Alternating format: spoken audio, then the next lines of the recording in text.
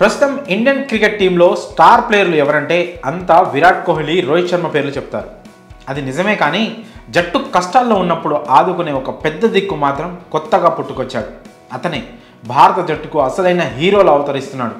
అతను ఎవరో ఇప్పుడు చూద్దాం. సౌత్ ఆఫ్రికాతో జరుగుతున్న తొలి టెస్ట్ మ్యాచ్లో టీమిండియా తడబడుతూ నిలబడుతోంది. సెంచురియన్ వేదికగా టాస్ ఓడి తొలుత బ్యాటింగ్కు దిగిన టీమిండియాను సౌత్ ఆఫ్రికా పేసర్లు వణికించారు. Star bowler Kagiso Rabada, young bowler Burger భారత టాప్ ఆర్డర్ను కుప్పకూల్చారు.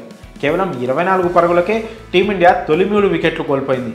ఓపెనర్ కెప్టెన్ రోహిత్ శర్మ కేవలం 5 పరుగులు మాత్రమే చేసి ఫస్ట్ వికెట్గా వెనుదిరిగాడు. ఆ వెంటనే మరో ఓపెనర్ యశస్వి జైస్వాల్ సైతం అవుట్ అయ్యాడు. వన్డౌన్లో వచ్చిన శుభ్మన్ గిల్ సైతం కేవలం 2 పరుగులు మాత్రమే చేసి అవుట్ అయ్యాడు.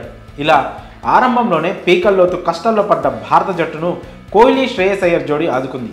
కానీ ఒక మంచి పొజిషన్ వచ్చిన తర్వాత లంచ్ ముగిసిన వెంటనే వారి లయ తప్పింది. ముందుగా అయ్యర్, ఆ వెంటనే కోహ్లీ సైతం అవుట్ అయ్యారు. దీంతో మళ్ళీ భారత జట్టు తీవ్ర ఇబ్బందుల్లో పడింది. ఇక్కడి నుంచి టీమిండియా మహా అయితే 150 పరుగుల మార్కును అందుకుంటుందిలే అని అంతా అనుకున్నారు. కానీ ఇక్కడి నుంచి కేఎల్ రాహుల్ తన పోరాటం కొనసాగించాడు.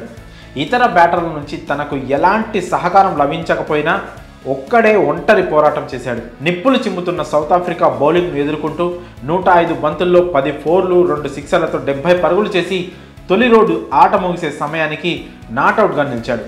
తనతో పాటు మొహమ్మద్ సిరాజ్ పరుగులేమీ చేయకుండా నాటౌట్గా ఉన్నాడు. 105 పరుగులకే 5 వికెట్లు కోల్పోయిన టీమిండియా తొలి రోజు ఆల్అౌట్ కాకుండా 208 పరుగులు చేసి గౌరవప్రదంగా నిలిచిందంటే అందుకు కారణం కేఎల్ రాహుల్.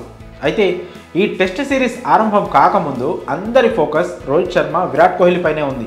ఎందుకంటే వన్డే వరల్డ్ కప్ 2023 తర్వాత వీరిద్దరూ తొలిసారి తిరిగి గ్రౌండ్లోకి అడుగుపెట్టడమే అందుకు కారణం. వరల్డ్ కప్ ఓటమి బాధను మర్చిపోయి వాళ్ళిద్దరూ ఎలా ఆడతారో అని అంతా ఎదురు చూశారు. పైగా టెస్టుల్లో టీమిండియాకు రోహిత్ కోహ్లీనే పెద్ద దిక్కుగా అందరూ భావిస్తారు. కానీ టెస్ట్ సిరీస్లో తొలి రోజు ఎదురైన కష్టంతో వాళ్ళిద్దరూ కాకుండా టీమిండియాకు కొత్త పెద్ద దిక్కుగా, అసలైన హీరోగా, ఒక సేవియర్గా కేఎల్ రాహుల్ అవతరించాడు. ఐపీఎల్ 2023లో గాయంతో టీమిండియాకు దూరమైన రాహుల్ గాయం నుంచి కోలుకొని తిరిగి టీంలోకి వచ్చిన తర్వాత డిఫరెంట్గా కనిపిస్తున్నాడు. ఎంతో బాధ్యతాయుతంగా ఆడుతున్నాడు. వికెట్ కీపింగ్, బ్యాటింగ్, ఫీల్డ్లో మంచి సలహాలు ఇస్తూ కంప్లీట్ కెప్టెన్ మెటీరియల్గా మారిపోయాడు.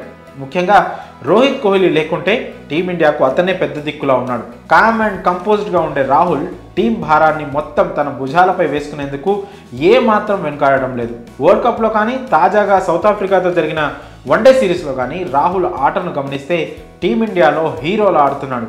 కానీ రోహిత్ కోహ్లీ స్టార్డమ్ ముందు రాహుల్ చేస్తుంది కనిపించకుండా పోతుంది. కానీ వాళ్ళ షాడో దాటేందుకు రాహుల్కు పెద్దగా టైం పట్టేలా లేదు. ఒక్క విషయం మాత్రం పక్కా, రోహిత్ తర్వాత టీమిండియా నడిపించేది మాత్రం కేఎల్ రాహులే అనిపిస్తుందంటూ క్రికెట్ అభిమానులు అభిప్రాయపడుతున్నారు.